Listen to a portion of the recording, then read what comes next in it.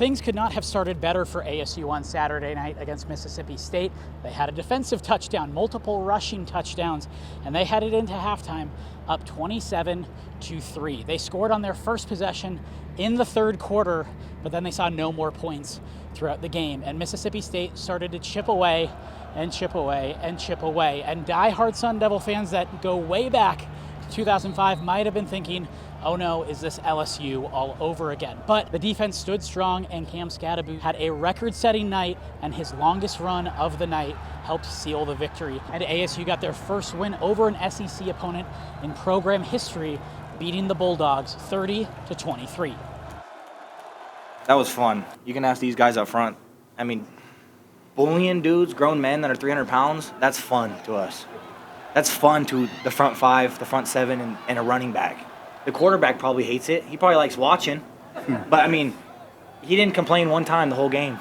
That's why I love that kid right there. A lot of factors went into the win on Saturday night, but the special teams came up huge. Ian Hershey hit multiple field goals, helped extend the game out and get them to that 30 mark, make it a 4-score game early on in the game, and ASU able to hold on. And then in the field position game, you had Canyon Floyd with a couple of really big punts, and you had Parker Lewis on kickoff duty, and Mississippi State did not return a kick all night. That is a huge step in the right direction compared to where they were last year.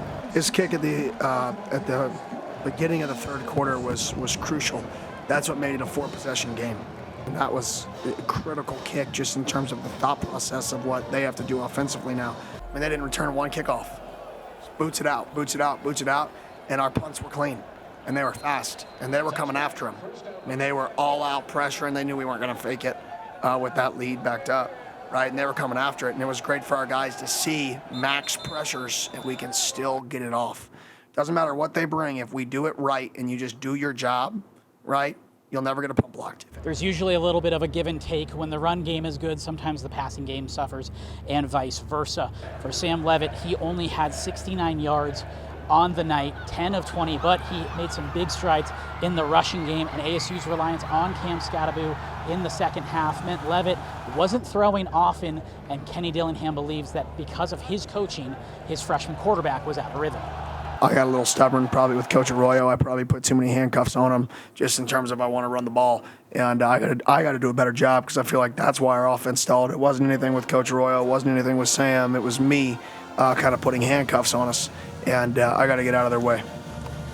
So still plenty to work on for the Sun Devils, but they are 2-0 and 1 win away from matching their win total for the entirety of last year. I've had coaches over the years tell me it's a lot easier to work on some things when you're undefeated versus a few notches in the L column. They'll head to San Marcos, take on Texas State on a short week. This is a very good program, the Sun Devils' first road game. Make sure to keep it to Sports 360 AZ for all of your ASU coverage over the rest of the fall.